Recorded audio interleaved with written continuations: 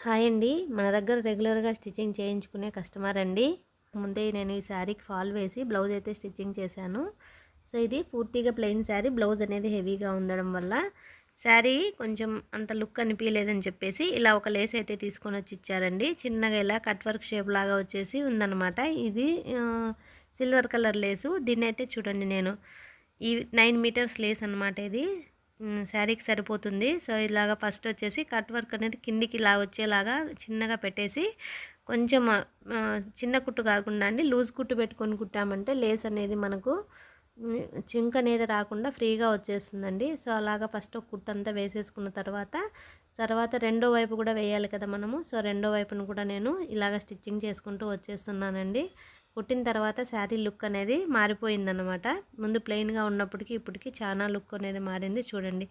Lay's కుట్టిన తర్వాత ఇలా వచ్చింది. బ్లౌజ్ పైన సిల్వర్ కలరు థ్రెడ్ వర్క్ ఉండడం వల్ల వాళ్ళు సిల్వర్ కలర్ లేస్ అనేది తెచ్చుకున్నారండి. బ్లౌజ్ అనేది ఇదనమాట.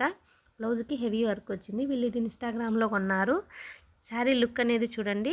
లేస్ వేసాక ఫుల్‌గా మారిపోయింది. ఇదండి. నచ్చితే లైక్